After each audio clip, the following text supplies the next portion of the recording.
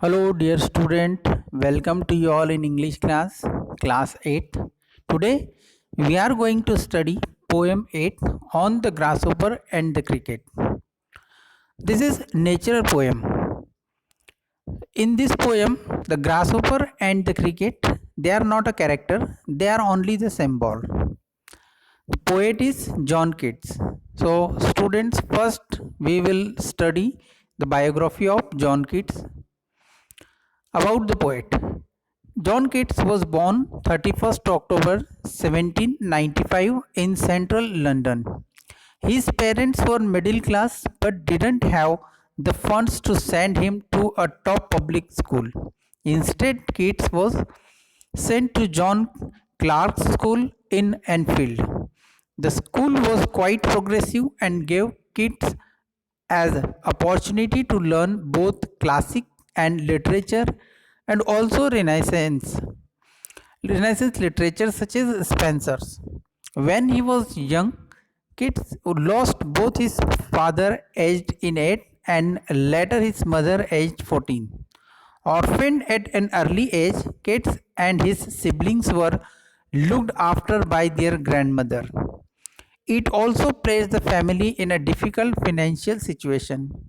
Kids would struggle with money throughout their life.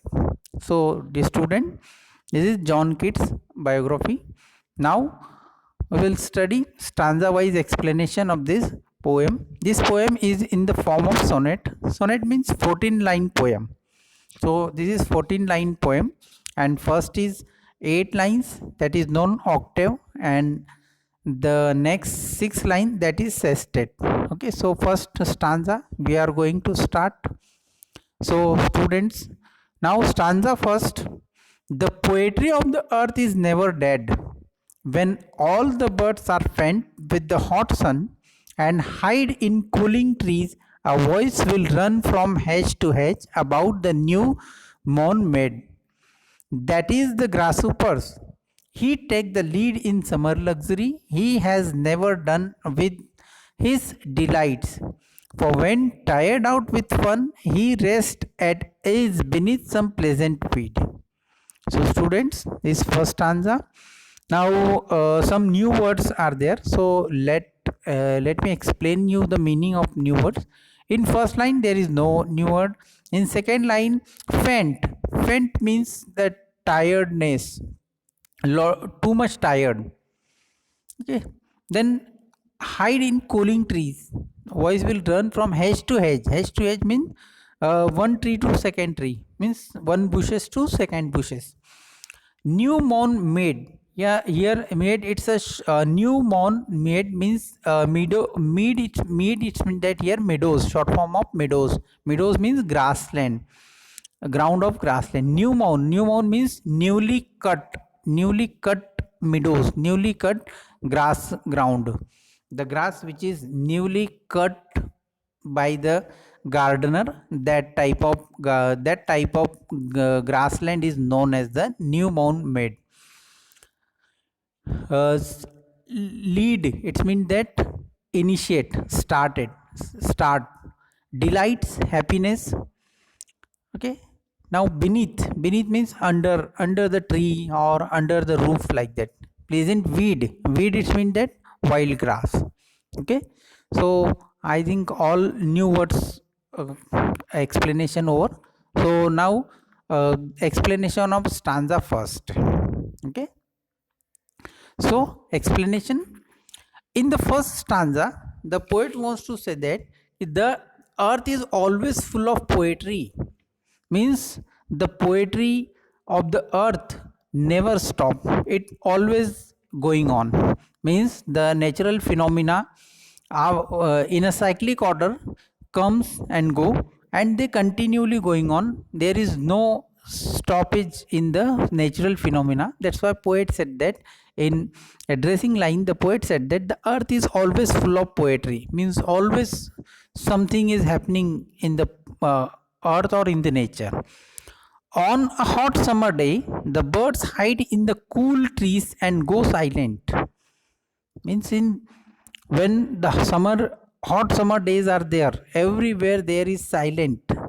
all the creatures, due to the warmth, due to the hotness of sunlight, all the birds, animals, and all the human beings, they hide themselves, they took rest somewhere. But the poetry or music of the earth goes on.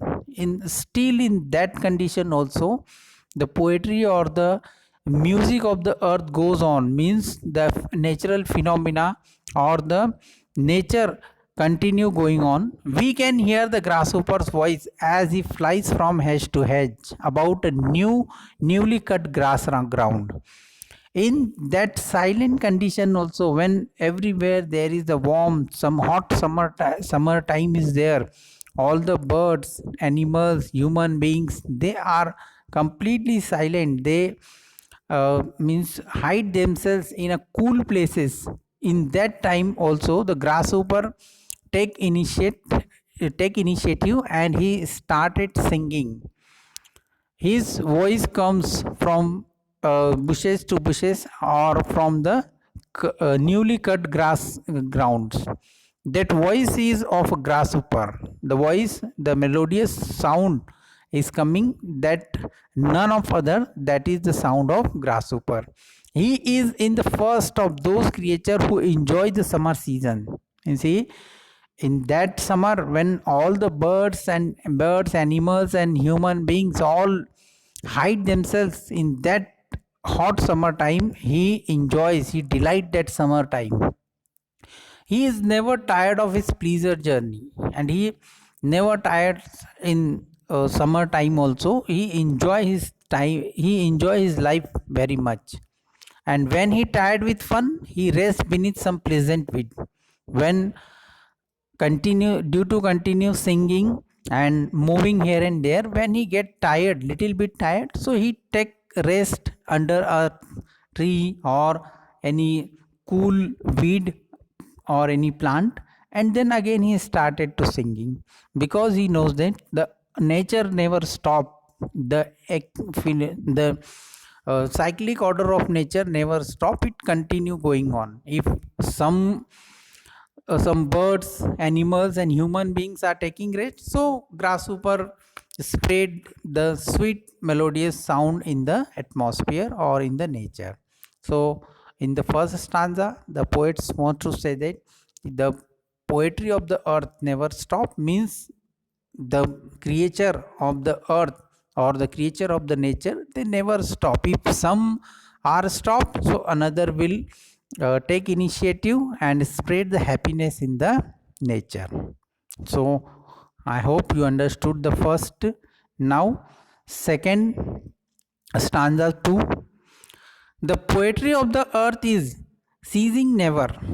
On lone winter evening, when the frost has wrought a silence, from the stone there shrills the cricket song, is warmth increasing ever, and seemed to one in the drowsiness half lost, the grasshoppers among some grassy hill.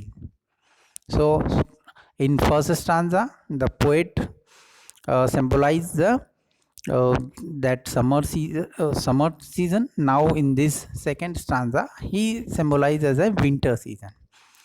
Here, the poet so first new words in first, ceasing. Ceasing means stop, rukna. On a lone winter evening, when the frost has wrought a silence. Frost means snowfall. Wrought a silence. Wrought means spread everywhere. Spread everywhere the silence. From stone to stone, shrill. Shrill means that sound, singing sound of the bird or any creature. Sound of any creature. The cricket song in warmth increasing ever. Warmth increasing means hotness increasing. And seems drowsiness. Drowsiness means half asleep. The person who is due to sleepy, he is asleep, not completely sleep, but half asleep. It is known as the drowsiness.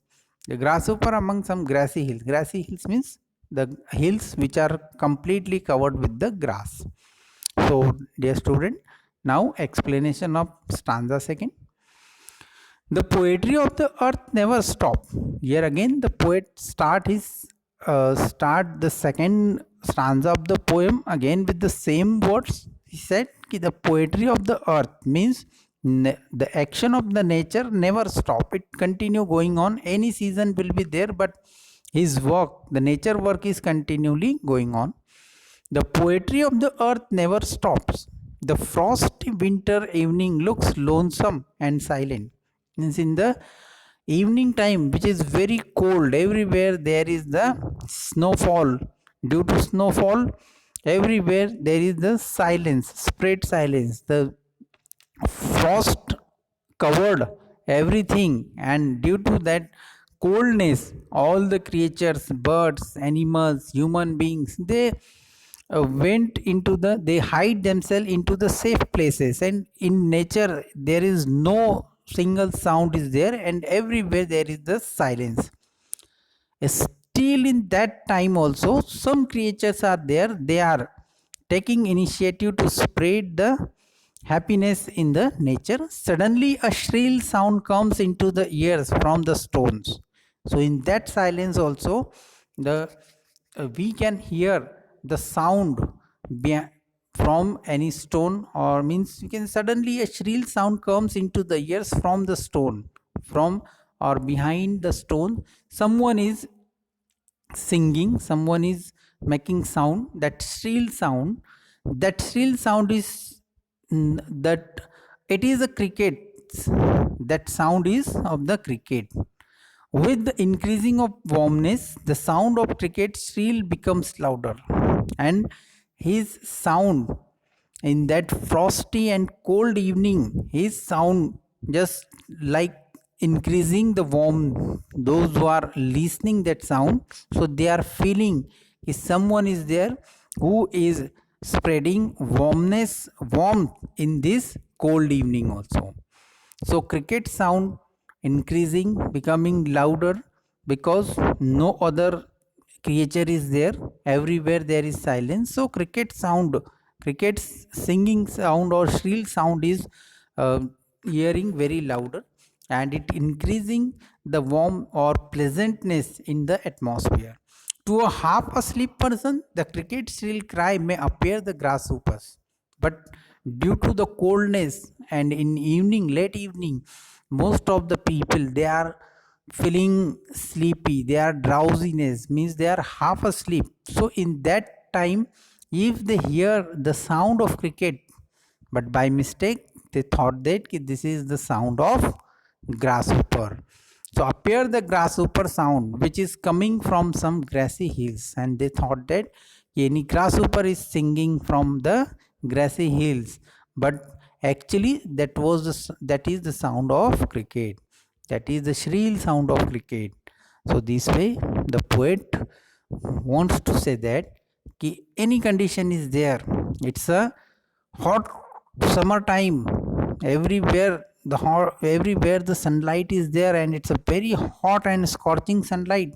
In that condition also the earth song continually going on, and someone is there who is taking initiative to spread the happiness in the atmosphere. In hot summertime, grasshopper took this responsibility, and in the winter, cold winter, everywhere there is a frost. All the things are covered with the white, white snow sheet.